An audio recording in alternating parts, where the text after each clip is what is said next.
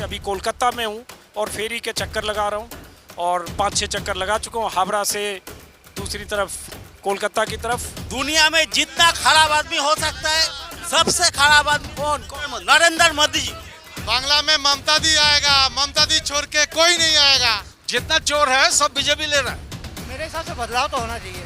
तो बोलता है उज्ज्वला गैस हम घर घर में दे रहा हूँ, लेकिन वो जलाने का खरीद करने का पैसा ही नहीं है। No BJP, no BJP. ये बंगाल में चुनाव है, तो क्या लगता है आप लोगों को कौन अच्छा काम करेगा, कौन अच्छा काम कर रहा है?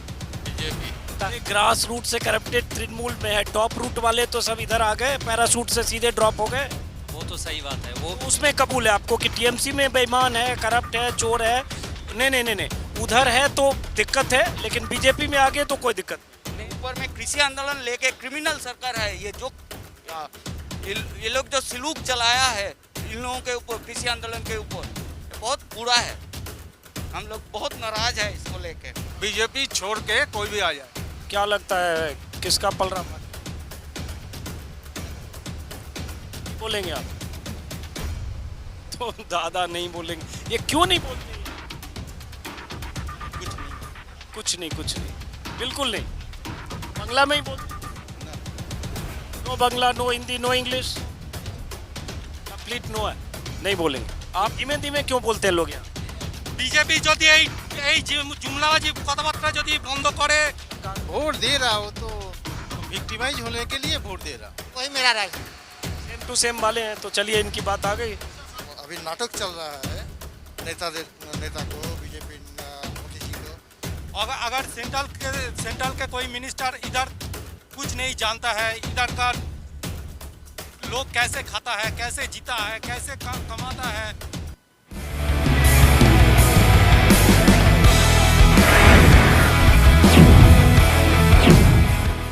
नमस्कार दोस्तों, आप में से शायद ही कोई ऐसा होगा जो मेरे पीछे की इस लाल रंग की इमारत को देखकर अंदाजा न लगा पाए कि मैं इस वक्त कहाँ हूँ।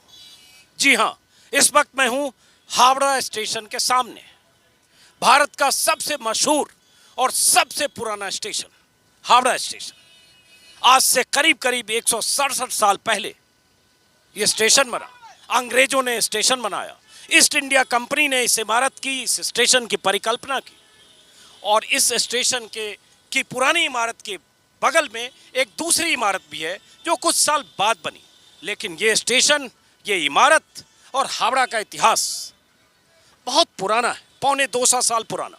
और अगर इस स्टेशन की बात करें तो यहाँ से करीब 600 पैसेंजर ट्रेन हर रोज चलती है। 23 प्लेटफॉर्म है, करीब 10 लाख पैसेंजर इस स्टेशन का इस्तेमाल करते हैं। लेकिन मैं यहाँ आज स्टेशन का सिर्फ इतिहास बताने नहीं आया हूँ, मैं यहाँ इसलिए आया हूँ कि आप हावड़ा का इतिहास भी समझें, इस स्टेशन को भी देखें। और यहाँ से मैं चलने वाला हूँ इस स्टीमर के थ्रू कोलकाता की तरफ, बेलाघाट की तरफ, और स्टीमर की सवारी करेंगे।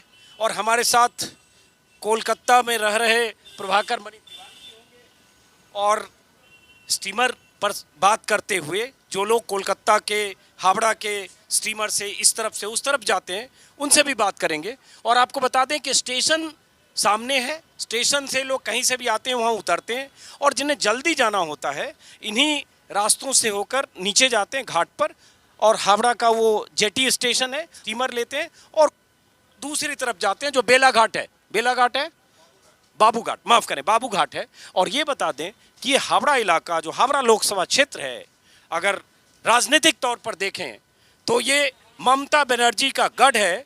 बीते 4 चुनावों में लगातार हावड़ा लोकसभा क्षेत्र में टीएमसी की जीत होती रही है। लोकसभा चुनाव में, विधानसभा सेगमेंट की भी बात करें तो टीएमसी का दबदबा है। लेकिन इस बार क्या होगा?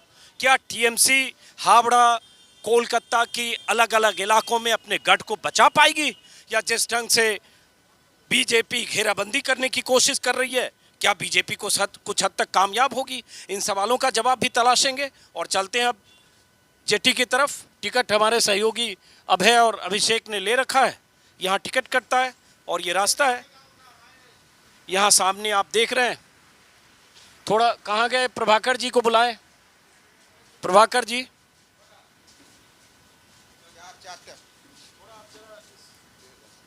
थोड़ा आप जरा आप इस नदी के बारे में। हाँ, ये हुगली नदी है, जिसे गंगा की एक धारा है। मालदा के बाद दो धाराएं हो जाती है, गंगा भागीरथी भी एक है, तो इसे गंगा नदी ही है। इसे हुगली के नाम से भी जाना जाता है, जो आगे चल के गंगा सागर में मिलती है, बंगाल की खाड़ी में मिलती है, जहाँ गंगा सागर मेला लगता है हर साल।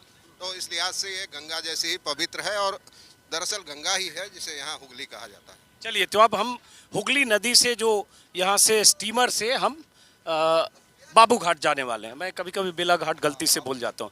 बाबू घाट जाने वाले हैं, जो कोलकाता में है, और ट्विन सिटी है हावड़ा और कोलकाता, ठीक है। और अब स्टीमर में मैं देखूंगा, कुछ लोगों से बात करने की कोशिश करूंगा, लेकिन एक मुश्किल जो मैं बार बार बोलता हूँ कि बहुत सारे लोग राजनीतिक मामले पर बयान देने से, अपनी राय जाहिर करने से, किसी दल के पक्ष या विपक्ष में बोलने से बचते हैं। लेकिन फिलहाल खुलने वाला है, इसलिए हम लोग जल्दी जल्दी जल्दी दाहिने उसमें चलिए। नमस्कार नमस्कार नमस्कार, क्या शुभ नाम है आपका? ठीक है, मेरा नाम है एस के अब्दुल रहीम। अच्छा, रहीम साहब, चलिए रहीम साहब यहाँ मिल गए जेटी से, ये भी कहीं जा रहे हैं। चलिए, शुक्रिया आपका। और अब हम उस जेटी की तरफ चल रहे हैं, और जैसा कि मैंने पहले वीडियो में भी आपको बताया कि राजनीति के साथ साथ शहर की भी थोड़ी बात हो, शहर के विरासत की भी बात हो, और शहर के सांस्कृतिक इतिहास की भी बात हो। तो ऐसे सांस्कृतिक तौर पर और राजनीतिक तौर पर भी और चेतना के स्तर पर भी कोलकाता और बंगाल का इतिहास बहुत पुराना है, सदियों पुराना है, समृद्ध भी है काफ़ी। यहाँ लोग जागरूक हैं, बाकी देश के दूसरे राज्यों के मुकाबले लोग काफ़ी जागरूक हैं यहाँ। तो इस लिहाज से बंगाल बाकी राज्यों से एक कदम आगे कम से कम कहा ही जाता है। क्रांति की जमीन है, चाहे जिस भी तरह की क्रांति हुई हो। तमाम क्रांतिकारी यहाँ पैदा हुए हैं, इतिहास गवाह है उनका, इतिहास के। सुभाष चंद्र बोस की जमीन है, बोस हैं, सुभाष चंद्र बोस हैं, हाँ, तमाम क्रांतिकारियों की जमीन रही है, जगह रही है ये। आज़ादी के पहले की बात करेंगे, बंकिम चंद्र चटर्जी की भी जमीन रही है।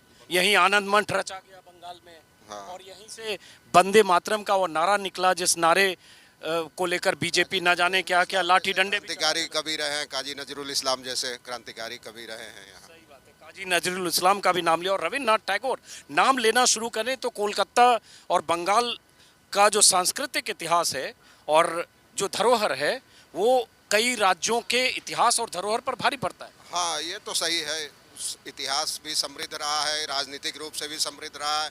इसीलिए जब ईस्ट इंडिया कंपनी आई थी तो उसने कलकत्ता को ही ठिकाना बनाया, और बंदरगाह के लिहाज से काफ़ी महत्वपूर्ण था, व्यापारिक केंद्र था एक दौर में। मैं चूंकि आ गया हूँ जिन्हें ट्राई करता हूँ, मुझे नहीं पता कि लोग बोलना चाहेंगे कि नहीं, लेकिन ट्राई करता हूँ, कुछ लोगों से बात करता हूँ। आप यहीं के रहने वाले हो? बंगाली। तो चुनाव होने वाला है, हम लोग तो पत्रकार हैं, तो थोड़ी राय जानना चाहते हैं, क्या लगता है? ना लगता है तो कन्फ्यूजन में है, लेकिन एक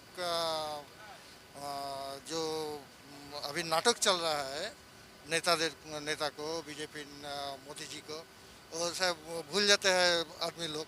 लेकिन काम तो हुआ है ममता जी के हाथ में ना, बंगाल बहुत उन्नति किया है, लेकिन क्या होगा। तो ये जो बोल रहे हैं मोदी जी का नाटक चल रहा है, मतलब थोड़ा समझाइए। हाँ, वो जो बोले थे वो तो एक ही भी नहीं किया है ना, खाली स्वच्छ भारत का थोड़ा काम हुआ और कुछ नहीं काम। जैसे हाँ, क्या जैसे जो बोले थे नहीं किया, जो बता रहे हैं। हाँ, ये तो जो सब सोनार बांग्ला करेगा तो सोनार भारत करेगा, कोई सोना का कोई किसी माने अंदाज नहीं मिलता है। चलिए, तो इन्होंने अपनी बात कर दी, अब जरा पीछे चलते हैं। और आप यहीं के रहने वाले हैं, तो क्या लगता है, चूंकि चुनाव का माहौल है तो हम लोग थोड़ा चुनाव पर राय जानना चाहते हैं। मोदी वर्सेस ममता है, खेला होबे का नारा है, सोनार बांग्ला है, क्या होगा? बांग्ला नहीं तो हो जाएगा, लेकिन ये खूब अच्छा नहीं है सरकार करने के लिए, वो अच्छा नहीं है, मोटामोटी चलছে এই পর্যন্ত। समझ में थोड़ा नहीं आया, बांग्ला में मुझे थोड़ी समझने में भी दिक्कत होती है।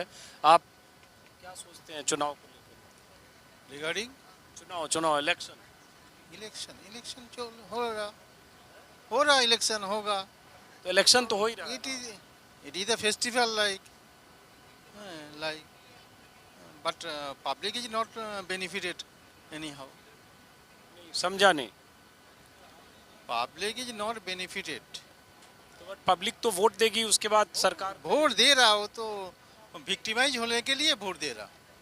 हाँ, तो फिर उपाय क्या है? उपाय तो दूसरा काम करने होगा। क्या? हाँ, वो तो सोचना होगा, वो तो उसे सुযোগ नहीं देगा। ये तो अपना अपना बेनिफिट लेने के लिए वोट कर रहा। समझ में नहीं है। समझ में तो आ रहा, ठीक ही आ रहा। आप नहीं समझ में मैं कह रहा हूँ बेनिफिट ठीक है, आप इसका मतलब हर पॉलिटिकल पार्टी को आप खारिज करते हैं, लेकिन फिर उपाय क्या है? सभी लोग बोल रहा जे करेगा वही करेगा सभी लेकिन वो इलेक्शन का आफ्टर इलेक्शन कुछ नहीं करता। कुछ नहीं करता। हाँ, ये बात आपकी वाजिब है, आप कह रहे हैं आफ्टर इलेक्शन कोई नहीं करता है कुछ। बंगाल में चुनाव है तो हम लोग थोड़ी सी राय, ओपिनियन जानना चाहते हैं। हिंदी में क्या, बांग्ला में? हिंदी में बोलिए तो ज़्यादा अच्छा। परिस्थिति तो अच्छा है बंगाल में। अभी लगता है दीदी आएगा, ठीक है। हाँ, थोड़ा जोर से बोलिए। विरोधी धीमे धीमे क्यों बोलते हैं लोग यहाँ? विरोधी पक्ष में सीट मिलेगा उसका, लेकिन दीदी लगता है दीदी आएगा। क्यों? क्योंकि जो अपोजिशन जो है, अपोजिशन का वोट कराने का कोई लोग नहीं है, इसीलिए। लोग नहीं है, मोदी जी हैं, अमित शाह हैं, कैलाश विजयवर्गीय। वोट देने के लिए मानुष लोग तैयार है, लेकिन वोट कराने के लिए जो लोग ज़रूरत है वो नहीं मिल। तो आपके हिसाब से दीदी आएगा? दीदी आएगा। आप बोलेंगे इस पे कुछ चुनाव पे? नहीं, आप चुनाव पे नहीं बोलेंगे? अच्छा।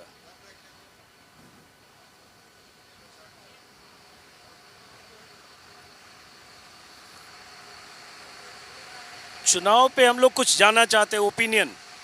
चुनाव पे ओपिनियन कि क्या होने वाला, क्या लगता है बंगाल में क्या होना चाहिए? मेरे हिसाब से बदलाव तो होना चाहिए। क्या होना चाहिए? एंटी एंटी टीएमसी आना चाहिए। मतलब मुख्यमंत्री कौन दिखता है आपको? मुख्यमंत्री तो अभी कोई सॉलिड कैंडिडेट दिखता नहीं है। वो तो चुनाव के बाद में जैसे शुभेंदु अधिकारी हो गया और भी इसका। तो शुभेंदु अधिकारी हो जाएगा तो टीएमसी का ही है। 15 साल एमपी एमएलए टीएमसी में रहा, तो बीजेपी का तो हुआ नहीं। अंडर कंट्रोल आ जाएगा ना बीजेपी के। तो मतलब आपको है कि टीएमसी में कोई कुछ किए तो उससे नाराज हैं, लेकिन बीजेपी में आगे ठीक हो गए। ये तो उनकी तरफ से भी वही था, उनके वक्त में भी तो वही था। टीएमसी के ग्रुप में भी जो गए थे तो वो तो सीपीएम से भी तो कुछ नेता वहाँ पे गए हुए थे, उनको भी तो कैबिनेट स्तर का मंत्री बनाया गया था। तो ये तो भारतवर्ष की राजनीति में होता ही रहता है, कभी इस पार्टी में कभी उस पार्टी में, जिसको जो जब सुविधा मिले वो पार्टी हरकत मार जाता है। चलिए, तो इनकी ये आपकी कुछ राय है? राय तो यही, हम लोग दोनों आदमी का एक ही राय है, सेम टू सेम, बस same to same, same to same. तो मान लें ये जो बोले वो आपकी भी राय? वही मेरा राय है। सेम टू सेम वाले हैं, तो चलिए इनकी बात आ गई। कौन सा कंपनी का सर्वे कर रहे हैं? नहीं, सर्वे नहीं कर रहे हैं, मैं तो यूट्यूब पे मेरा चैनल है, अजीत अंजुम नाम है मेरा। मैं लोगों से ओपिनियन ले रहा हूँ कि क्या होने वाला है, क्या सोचते छोड़ के कोई भी आ जाए, बीजेपी छोड़ के कोई भी आ जाए, due to privatisation, railway privatisation, rail भाड़ा बढ़ना है, LIC बिक्री हो रहा है, ठीक है, और जितना बीमा कंपनी है बिक्री हो रहा है, इसीलिए बीजेपी छोड़ के और कोई भी आ जाए कोई दिक्कत नहीं है, ठीक है ना। हम कोई भी आ जाए, मतलब कोई भी आ जाए, मतलब कोई भी ABCD छोड़ के, मतलब बीजेपी छोड़ के आना चाहिए। दादा बंगाल में बीजेपी का एंट्री नहीं होना चाहिए, क्योंकि नेक्स्ट दिन जो आ रहा है ना, ये सब बिक्री हो जाएगा। ऑलरेडी बिक्री शुरू हो गया है, ठीक है, और ये लोग जितना भी बोल रहे हैं ना, ये कर देंगे वो कर देंगे। 7 साल में अभी तेल का दाम है 160 रुपया, सरसों तेल का, ठीक है।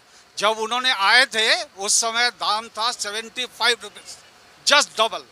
2014 में सरसों तेल था 75 रुपीज, ठीक है। डीजल पेट्रोल का हाल जान ही रहे। डीजल पेट्रोल का जान ही रहा है। डीजल पेट्रोल तो हम लोग यूज नहीं करते, हम लोग गरीब आदमी है, लेकिन इफेक्ट पड़ रहा है। बंगाली लोग पोस्तो खाता है, पोस्तो जानते हैं, 1400 रुपया किलो है। कभी नहीं था आज तक कभी नहीं था। अच्छा दादा, ये बताइए, आप बोले जो भी ABCD आ जाए, तो ABCD तो है नहीं, 2M है, ममता बनर्जी और मोदी, बाकी लेफ्ट है। लेकिन आप जानते हैं कि मुकाबला सरकार के लिए ममता और बीजेपी में ना गलत हो रहा है, ये गलत हो रहा है। फिर बताइए। अभी देखिए बीजेपी का कैंडिडेट जो घोषित हुआ ना, चारों तरफ में आग लग गया है। माने बीजेपी जो कर रहा था उसको नहीं दे करके जो तृणमूल छोड़ के आ गया उसी को बीजेपी में टिकट दे रहा है। तो सबको दे, एकदम सबको दे रहा है, गलत कर रहा है। जितना चोर है सब बीजेपी ले रहा है, ये पैसा में हो चाहे कहीं से भी हो, ठीक है ना। इसीलिए लेफ्ट आ जाए कोई दिक्कत नहीं है, टीएमसी आ जाए कोई दिक्कत नहीं है। माने बीजेपी का पास इतना पैसा है, वो इतना खरीदता है। जब लॉकडाउन हुआ तो मध्य प्रदेश में बीजेपी एमएलए खरीद रहा था। जब मैंने यहाँ से एमएलए ले करके हवाई जहाज में जा रहा है, और जब लॉकडाउन हुआ तो बॉम्बे से नागपुर से जितना बंगाली है वो लोग कैसे आएगा ध्यान नहीं दिया है। चलो तो मतलब बंगाली है, बहुत बंगाली है बाहर में, लेकिन आप करें 10 साल बाहर में छत्तीसगढ़ में रह चुका है। लेकिन বাংলা তো বলতে পারি না, না উনি যেহেতু হিন্দিতে করছেন না, আমি বাংলাতেও বলতে পারি। আমি এই কথাটা अच्छा एक सेकंड आप कह रहे हैं, अब चूंकि अब ये जेटी यहाँ रुकने वाली है, फिर मुझे जाना पड़ेगा। आप ये बोल रहे हैं कि ये कोई भी आ जाए तो भाई मोदी और बीजेपी ममता दी आएगा, बांग्ला में ममता दी आएगा। ममता दी छोड़ के कोई नहीं आएगा, क्योंकि ममता दी ने 365 दिन नो बीजेपी 15 लाख रुपया करके नहीं है। Totally fraud. 150 টাকা সরষের তেল, 150 টাকা লিটার সরষের তেল আমরা কিনছি, पेट्रोल है, যাচ্ছি আজকে আমরা आराम से बात নিজেরাই पेट्रोल है।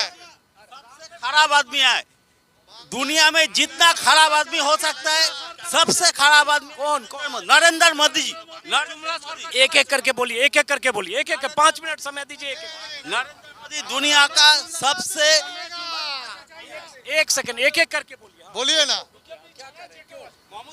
एक सेकंड आ रहा हूँ। ममता जी जो बोला है ना, एक है रावण, एक है गुंडा, एक है होदल कुतकुत, एकदम सही बात बोला है। क्या बोल रहे हैं? তৃণমূলের সবাইকে কিনে নিচ্ছে। লিটার সরষের তেল আমরা কিনে খাচ্ছি, 100 টাকা পেট্রোল, ডিজেল 90, 1400 টাকা পোস্ত। আমরা খাবো কি? কৃষকরা ওইদিকে আন্দোলন করছে, আমরা সাধারণ বেকার মানুষ, লকডাউনে আমরা বেকার, খাবো কোথা থেকে? আর এখন আমরা थोड़ा हिंदी में बोलिए ना, हम भी समझे। थोड़ा हिंदी में बोलिए। হিন্দিতে আমরা বলবো না, আমরা বাঙালি, আমি বাঙালিতে। We want Modi ji in Bengal। मैं कुछ नहीं चाह, मैं ओपिनियन ले रहा हूँ। मैं क्यों चाहूंगा? क्योंकि मैं हिंदी जानता हूँ, इसलिए मैं बोल रहा हूँ। इसलिए बोल रहा है we want Modi ji in Bengal because হচ্ছে জুমলাবাজি কথাবার্তা।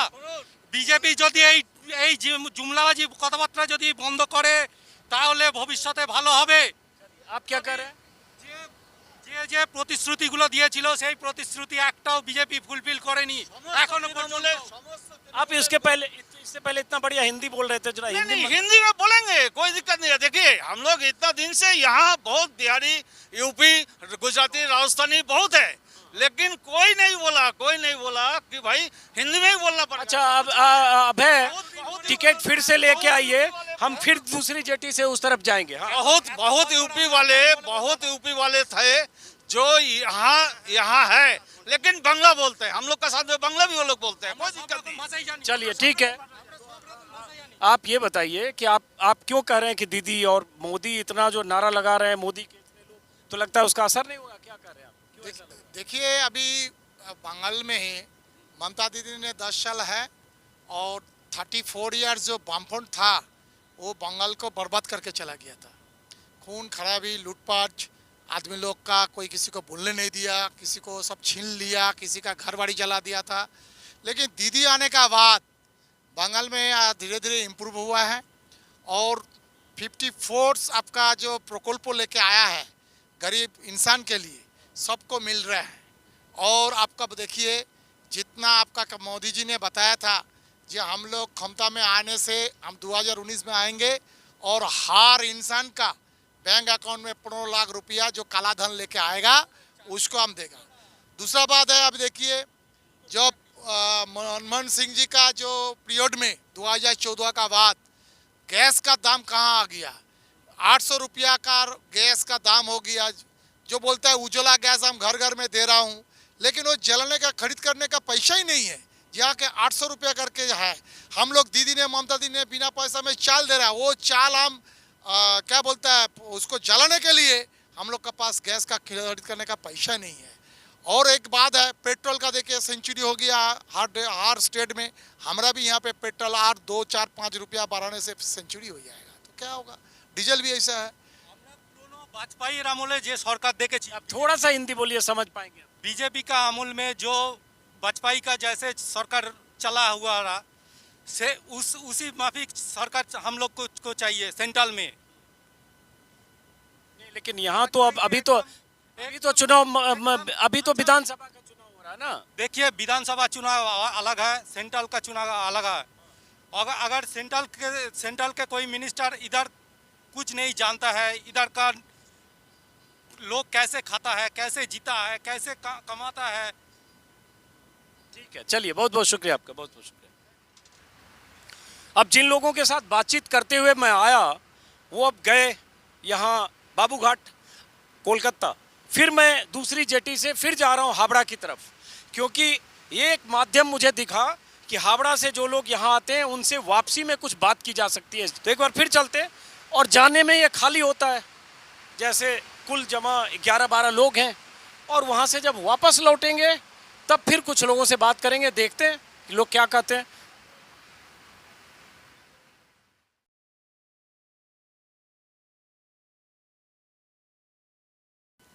अब एक बार फिर हम चल रहे हैं फेरी के थ्रू, जेटी के थ्रू हावड़ा स्टेशन से बाबू घाट की तरफ।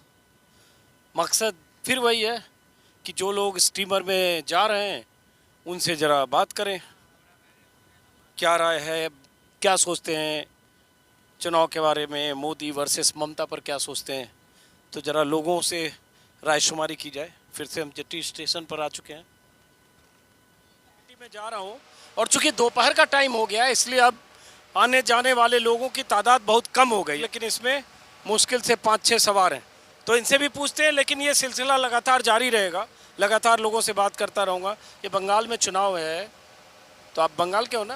हाँ हाँ, क्या लगता है क्या होगा? होगा बहुत हड्डाहड्डी लड़ाई होगा। हड्डाहड्डी? हड्डाहड्डी मतलब 50-50 जैसा होता है। ये बड़ा नया शब्द सुने यार, हड्डा हड्डी मतलब? हड्डाहड्डी माना जोरदार टक्कर। टक्कर किसमें किसमें? वो बीजेपी या टीएमसी में होगा। तो जोरदार टक्कर में, लेकिन क्या ज़्यादा किसका लगता है भारी रहेगा? भारी आप बता टीएमसी का ही है। टीएमसी का ही है? हाँ। क्यों टीएमसी का है भारी? वह यहाँ का सरकार है इसलिए। यार दिल्ली में मोदी का सरकार है तो वो भी तो यहाँ आ रहा है। वो आ रहा है, लेकिन वो जो टीएमसी का आदमी तो उधर चला गया ज़्यादा, इसलिए उसका पल्ला भारी हो गया। लेकिन टीएमसी तो घर घर में आगे से है, इसलिए थोड़ा टक्कर ज़्यादा ही होगा। एक दादा और हैं, ये जो चुनाव हो रहा है यहाँ, तो क्या लगता है किसका पलड़ा भारी है? अभी कुछ मालूम नहीं है। अच्छा चलो, आपके हिसाब से किसका पलड़ा भारी होना चाहिए, या कौन अच्छा है? मोदी और ममता में मुकाबला है, लोग बोल रहे हैं बीजेपी बीजेपी तृणमूल वाम मोर्चा ही अच्छा है। वाम मोर्चा अच्छा है, लेकिन सरकार तो आपको पता है कि बीजेपी और टीएमसी। वो अभी नहीं बोला जाएगा, अभी नहीं बताया जाएगा। अभी नहीं बताया जाएगा। तो लोग यहाँ बोलने से क्यों होता है, क्यों इलेक्शन क्यों होता है? तो इलेक्शन क्यों होता है इसलिए अभी नहीं बताएंगे। आप वोटर हो यहाँ? वोटर हो? वोटर। क्या लगता है बंगाल में चुनाव का माहौल है, किसका पलड़ा भारी है? दीदी का ही पलड़ा भारी है। क्यों दीदी का भारी है? दीदी को हराने वाला अभी बंगाल में कोई है नहीं। तो जरा मास्क उतार लो। क्यों बोल रहे हो दीदी को हराने के लिए जो दीदी का जो मुंह है, उसको हराने के लिए कोई मुंह अपोजिशन पार्टी में अभी नहीं है। ऐसा क्यों लगता है? इतना बड़ा मोदी का नाम लेकर बीजेपी चुनाव लड़ रही है। बीजेपी चुनाव लड़ रहा है, ठीक है, लेकिन बात यह है कि देखिए टीएमसी का, अगर आप टीएमसी का बात करेंगे कि टीएमसी जीतेगा तो चीफ मिनिस्टर कौन बनेगा? मुंह है ममता बनर्जी। अब अगर बोलेंगे कि बीजेपी जीतेगा तो चीफ मिनिस्टर कौन बनेगा? कौन है? ये तो सवाल, बड़ा सवाल है। चलिए, बंगाल में चुनाव है, क्या लगता है क्या होगा? क्या होगा? देखा जाएगा क्या होगा। इसका पलड़ा भारी है। वो हमको मालूम नहीं। मालूम नहीं है? मालूम तो किसी को नहीं। अच्छा, आपके हिसाब से कौन ठीक है? ममता और मोदी का मुकाबला है, बीजेपी टीएमसी का मुकाबला है? पहले मुकाबले तो होने दीजिए, कौन ठीक है हम नहीं बता सकते। अरे यहाँ कौन? अरे खुल गई क्या? खुल गई? अभी अभी पार्क हो रही है, खुल गई क्या? ये खुल गई?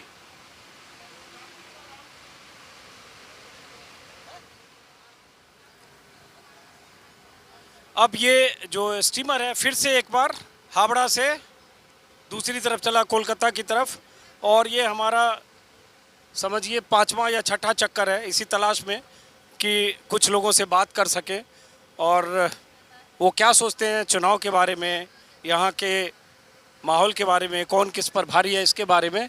इस चक्कर में मैं 2 घंटे से फेरी के चक्कर लगा रहा हूँ, इस पार से उस पार, उस पार से इस पार। तो चुनाव है बंगाल में, तो किसका माहौल है, कौन भारी है? इस बार तो बीजेपी भारी लगता है, लेकिन एकदम नेक टू नेक फाइट होने वाला है। क्यों बीजेपी भारी लगता है? कुछ तो कारण है, थोड़ा टीएमसी पार्टी ने थोड़ा मुस्लिम इसको तोषण कर दिया है ज़्यादा, और बहुत करप्टेड परफॉर्मेंस रहा है उन लोगों का, इसलिए थोड़ा लगता है कि बीजेपी का पल्ला भारी लगता है। लेकिन जो बहुत सारे करप्टेड थे, जिन पर बहुत सारे आरोप थे, मुकुल राय से लेकर नारदा शारदा वाले, शुभेंदु अधिकारी, वो सब तो इस तरफ आ गए बीजेपी में। तो सारे करप्ट इधर आके बस इससे नहा के, गंगा से और ये हुबली से नहा के निकल गए। हाँ हाँ, वो भी तो है एक तो चक्करबाजी। लेकिन जो ग्रास रूट का जो भी करप्टेड लीडर है वो अभी तक भी है तृणमूल में ही है, इसीलिए लगता है। ग्रास रूट से करप्टेड तृणमूल में है, टॉप रूट वाले तो सब इधर आ गए, पैराशूट से सीधे ड्रॉप हो गए। वो तो सही बात है। वो उसमें कबूल है आपको कि टीएमसी में बेईमान है, करप्ट है, चोर है? नहीं, उधर है तो दिक्कत है, लेकिन बीजेपी में आगे तो कोई दिक्कत नहीं, दिक्कत तो है, माने जहाँ पे भी करप्टेड लोग रहेगा, दिक्कत तो माने दोनों तरफ है। ठीक है, दिक्कत तो है दोनों तरफ है। अगर करप्टेड, हम लोग को क्या चाहिए कि एकदम क्रिस्टल क्लियर जो प्रशासन हम लोग को चाहिए, वो जो भी देगा हम लोग को वही मंजूर होगा। तो वो क्रिस्टल क्लियर आपको लगता है बीजेपी देगा? नहीं, कोई पे माने आजकल का जो राजनीतिक जो परफॉर्मेंस रहा है, वो किसी का पास भी क्रिस्टल क्लियर जो भावमूर्ति नहीं है। तो अभी मोदी जी ने कहा बंगाल में रैली में कि हम बंगाल को रोजगार युक्त करेंगे, मतलब रोजगार देंगे। लेकिन मोदी जी ने 2014 के पहले भी कहा था 2 करोड़ लोगों को रोजगार देंगे, तो अभी तक 12-13 करोड़ को मिलना चाहिए था, वो तो मिला नहीं देश में। पकौड़ा बेचने के लिए भी बाद में कह दिया। पेट्रोल डीजल का हाल आप देख रहे हो क्या हाल हो गया। तो ये सब से आपको कोई दिक्कत नहीं है? नहीं, दिक्कत तो है। हम लोग तो माने रोजगार करने वाले आदमी है, तो प्राइस का हाइक होगा तो हम लोग को तो दिक्कत है ही है, ज़रूर है। Thank you. चलिए, थैंक यू।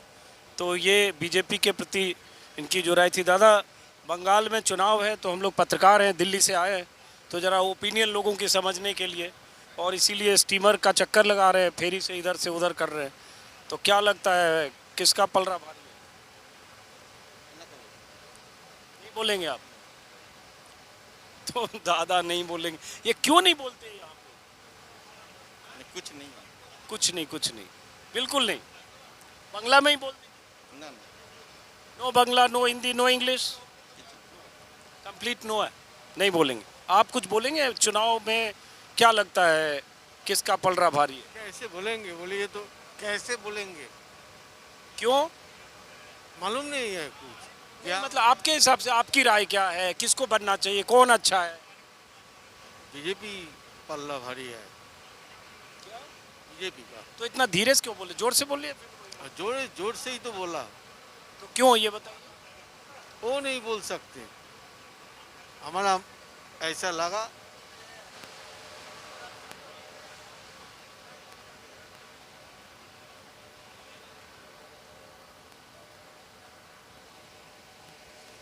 ये बंगाल में चुनाव है, तो क्या लगता है आप लोगों को कौन अच्छा काम करेगा, कौन अच्छा काम कर रहा है? बीजेपी। क्यों लगता है ऐसा? तो पार्टी भी अच्छा है और दे हैव सम प्रिंसिपल। क्या, जैसे? Principle they have a certain and they are doing well. क्या थोड़ा बताइए। I can't say that detail, but they are doing well, better than all other parties. लेकिन अभी तो पेट्रोल डीजल की कीमत 100 रुपये की पार हो गया, रोजगार का बुरा हाल है, बहुत सारे प्रोमिसेस जो हुए वो पूरे नहीं हुए। Responsible. This is due to international market and tax structure. This should be changed by the governments. State governments are not agreeing. तो इसकी जिम्मेदारी इस इंटरनेशनल मार्केट में जितना प्रति बैरल तेल की कीमत है उसमें और भारत में उसमें मुनाफा सरकार कमा रही है, एजेंसियां कमा रही है, पेट्रोलियम कंपनी कमा रही है, उससे आपको दिक्कत नहीं, आपको स्टेट से दिक्कत। All companies are earning profit. तो ये मोदी जी का काम है ना कि उसको टाइट करें। 2014 के पहले बीजेपी तो प्रदर्शन करती थी। When there is liberation, companies are given freedom to run business. There is no restriction. Then everybody will run business. मतलब मोदी जी का कोई कसूर नहीं है। अगर 400 रुपये डीजल भी मिले, 500 रुपये डीजल भी मिले तो मोदी जी का कोई कसूर नहीं। Force will do it. Market force. तो मार्केट फोर्स फ्री है, मोदी जी भी फ्री है, market force. Market force will do it. You know, market force, demand supply play करता है। ये तो सर आपको पता होगा, पढ़े लिखे आदमी है, कि इंटरनेशनल मार्केट में क्रूड ऑयल की क्या कीमत है और भारत में डीजल की क्या कीमत है। दुनिया के कई देशों में हमसे सस्ता मिलता है क्योंकि हम बीच में profit margin. Why this tax structure is not changed? State government should agree to impose GST instead of customs and excise and other taxes. भी करे, स्टेट गवर्नमेंट करे। Yes, all government. ठीक है। तो जो समर्थक है वो ऐसे कुछ सुनना नहीं चाहते। मोदी जी के जो समर्थक है इन्होंने पूरा ढक लिया। देखिए इन्होंने पूरा मास्क यहाँ तक लगाया कि पहचान भी ना है। जो बोलना था वो तो बोल दिया। अब देखिए फेरी में इस चक्कर से उस चक्कर 3-4 चक्कर लगाया। कुछ बोलने वाले मिले, उनको किसी और वीडियो में आप देखेंगे। कुछ नहीं बोलने वाले मिले, उनको किसी और वीडियो में देखेंगे। लेकिन लगातार बंगाल के अलग अलग इलाकों से, अभी कोलकाता में हूँ और फेरी के चक्कर लगा रहा हूँ और 5-6 चक्कर लगा चुका हूँ, हावड़ा से दूसरी तरफ कोलकाता की तरफ। तो वीडियो आप देखते रहें, इससे आपको अंदाज़ा लगेगा लोगों की राय का। अब ये उतरने को यहाँ तैयार हैं। क्या लगता है कोलकाता में, बंगाल में किसका पलड़ा भारी है? देखिए ऐसे तो कहा नहीं जा सकता, तब भी मैं इतना बोलूँगा कि ये केंद्र में जो सरकार है अब यहाँ पे आएगा तो बेकार है। पूरा केंद्र में जो सरकार आएगा यहाँ बेकार है, बेकार है, एकदम बेकार है। इलेक्ट्रिसिटी, पेट्रोल, डीजल जो बेसिक चीज़ें है उसका कीमत बढ़ गया है। आप गैस लीजिएगा घर में, उसका कीमत बढ़ गया है। तकलीफ तो हम लोगों सबको ही हो रहा है। आम जनता का सरकार यह नहीं है, इसको आना नहीं चाहिए। तो किसको आना चाहिए? देखिए मैं ऐसे बोलेंगे तो मैं सीपीएम का समर्थक हूँ, तो फिलहाल अभी भी तृणमूल का ही लगता है हावी है। तो तृणमूल क्यों हावी है, क्यों लगता है टीएमसी को आना चाहिए? अभी भी ये सत्ता में है और इसका केंद्र में जो है वो तो एकदम बेकार सरकार है। क्यों बेकार है, जरा 1-2 चीज बता दीजिए जल्दी उतरने वाले। ये तो इलेक्ट्रिसिटी हम बताएं ना, इलेक्ट्रिसिटी वगैरह, और ऊपर में कृषि डीजल पेट्रोल, हाँ डीजल पेट्रोल सब कुछ, और ऊपर में कृषि आंदोलन लेके क्रिमिनल सरकार है। ये जो ये लोग जो सलूक चलाया है इन लोगों के ऊपर, कृषि आंदोलन के ऊपर, ये बहुत बुरा है। हम लोग बहुत नाराज है इसको लेके। कृषि आंदोलन हो रहा है वहाँ पे, दिल्ली के आसपास, बंगाल में असर भी नहीं है, फिर क्यों नाराज है? जो आम आदमी लोग यहाँ पे तो सब कोई का तकलीफ होगा। ये जो बिल आएगा सब कोई का तकलीफ होगा, ये होना नहीं चाहिए ये बिल।